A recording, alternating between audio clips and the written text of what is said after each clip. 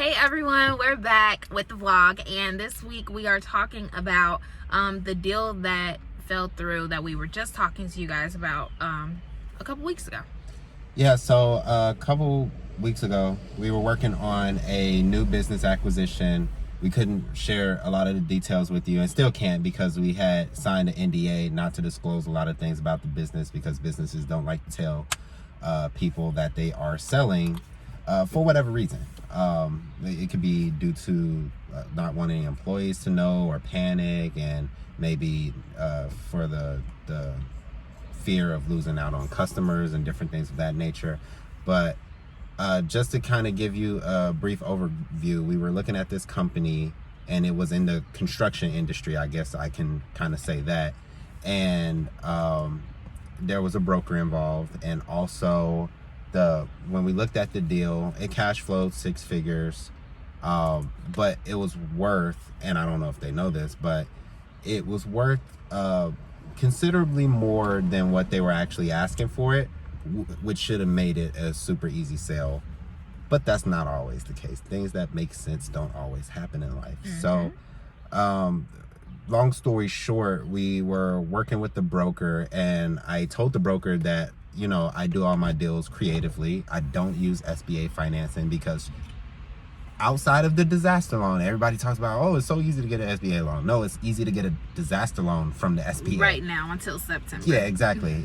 That's not the same thing as getting a SBA loan for a business acquisition. The SBA only finances 7% of all business acquisitions. Guys, that actually sell. Yeah, that's not a lot. And actually 90% of companies that are actually listed don't even sell. So when you take into consideration the sheer volume of companies that are listed, the SBA only really finances 0.7%, less than 1% of all business acquisition, of all businesses that are listed for acquisition. So I let the broker know I wasn't going to go that route. I have private investors lined up that wanted to partner with me on different business acquisitions, and that's how we were pretty much going to finance the deal. Now, would we use some type of debt instrument if it was convenient to use? Absolutely. But I would never depend on the SBA or a traditional bank loan to buy a business, and that's because it's just really hard to actually obtain financing from those various traditional institutions. I said this early on in the process, but I guess either he misunderstood me, I didn't communicate it correctly, or whatever the reason. And when it came later into the process, we were actually getting ready to submit an offer that week, but we needed one more meeting in order to actually get to the point where we were ready to make an offer. But before the broker would let us move forward on this last meeting that we would need, what ended up happening is he asked for over $100,000 in earnest money. So 20%. And personal financial statements. And like I said, I'm using investor capital, so literally they don't care about personal financial statements. You could be a homeless dude. If you have a good deal, investors don't care about your personal financial situation all that much. Unless you're just really, really bad with money and you do stupid stuff with money, that's the only time they would care. But otherwise, if you're just broke because you were born broke, I have yet to meet an investor who really cared about that for the most part. So personal financial statements shouldn't be an issue. Grant, and also keep in mind that pretty much all the wealth that me and Jasmine accumulated, which is not much yet, but all the wealth that we have created has only been created in basically this past year. I don't even think I had a chance to really do taxes yet for like everything that we have accumulated for the most part. So we're really young. Our personal financial statements are not going to show, you know, hundreds of thousands of dollars in net worth yet, as far as I know. And what else was I saying? The 20% earnest money is absolutely ridiculous. Yeah, so nobody ever asked for 20% earnest money, and as you can see, it really pissed me off. Yeah, so nobody has ever asked for 20% earnest money. If anything, they ask for one, I think 1 to 5, with 5 being the high really high because I wouldn't even put 5% down on most deals. The first deal I ever tried to do, I think we put down, it was basically 1%, I believe. Yep, it was $10,000 for about $600,000 deal, and we put $10,000 down as earnest. So yeah, so that was like less than 2% or something like that.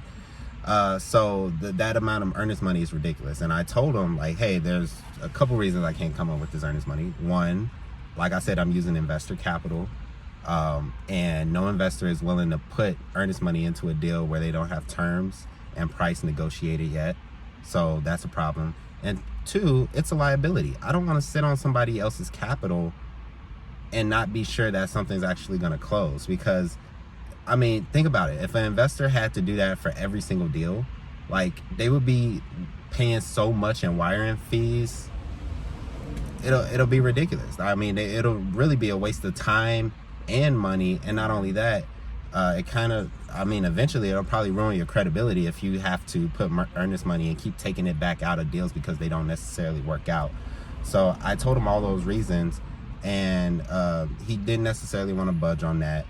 And, you know, basically because he wanted a ridiculous amount of earnest money, that I even knew an investor who was looking at this deal at the same time. And this guy is a multi-millionaire, and he was like, I wouldn't even put that much in earnest money. Like, why? You know, like, it's like there's no. So a multi-millionaire who has the money literally in his bank account, not multi-millions in his bank account, but has at least enough to buy the company in his bank account across all of his accounts, literally said that that was too much earnest money, and that's a ridiculous amount. So I just wanted to make sure that I wasn't necessarily tripping, and evidently I wasn't, because he's a professional investor, been doing it for years, and he said that was a lot. So because this investor, this broker, and even the seller wouldn't necessarily budge on the earnest money deposit, we ended up having to pass on that deal. And while I do think it was I don't think it was all our fault, honestly, because, I mean, like, that's a lot for earnest money. And two, you don't necessarily need earnest money to close a deal, which is something that he said, which is not true, because I've closed deals without earnest money, and I have plenty of friends who've closed deals without earnest money. Well, what it really was that we have our process for buying businesses, and we're going to stick to our process because we're the one that's buying the business, and we have to, like, you know, we have to control it and grow it, and it's our responsibility after the sale. But the broker, he had his own process that he wanted to walk the buyers through, and we just didn't really agree with it. Yeah, absolutely. And even though it wasn't totally all our fault that the deal fell through, because we even raised more capital for the deal. So to just give you guys an idea, I had about a couple $100,000 set aside just from one investor. And then after his friend found out about the deal, his friend wanted to invest money into the deal too. So between both of those guys, I probably had all the money I needed, and I wasn't even technically raising capital yet.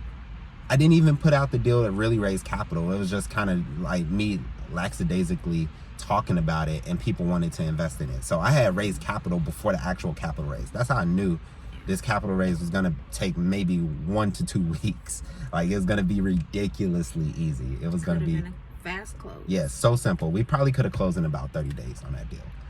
But we had to pass.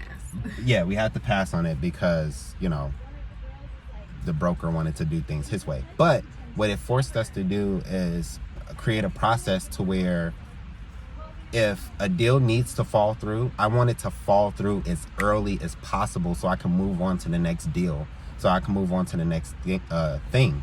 So what I did is I created a three email process.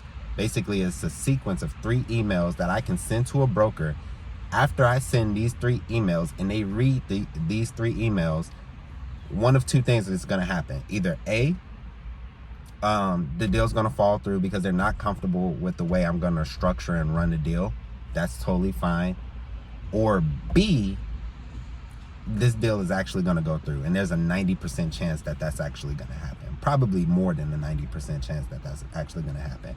So I tell brokers pretty much up front within the first pretty much week of speaking with them that, hey, who I am, here's what I'm trying to do.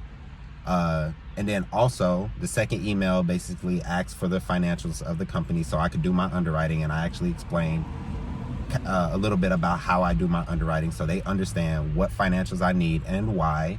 And then the last email is how I'm going to actually raise the capital for this deal and how I'm going to structure this deal. And as long as they don't have a problem with those 3 emails, that deal is going to actually close, because money isn't an issue for me when it comes to deals anymore. It's just finding the right deal, and then 2, obviously finding the right people in the deal to work with so that we can actually make the deal happen. So I guess the number 1 takeaway from this video should be, if you are doing deals as an entrepreneur, be very, very specific. I mean, be specific to the point where people might think of you as being a jerk or rushing. Because at the end of the day, I'd rather be absolutely positively direct and thought of as dry and actually get deals done with less stress than to beat around the bush or miscommunicate something and it causes a problem later on down the road. So there are, like I said it before how we were going to do things, but I, 1, could have put it in writing, and 2, there's probably a better way that I could have said it. So I came up with this 3 email sequence, and that's what I'm using now. So if you're in a market to buy a business, feel free to contact me and I'll share with you a little bit more detail about how those emails actually look. And they've been working for me so far. We can actually maybe create like a downloadable like PDF or something for it. Like a downloadable template. So yeah, we can get that together. And if you guys are interested, just let us know in the comments that you wanted, and we can reach out. Absolutely.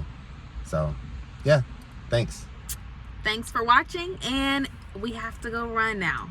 Exercise is a must. So we'll see you next time.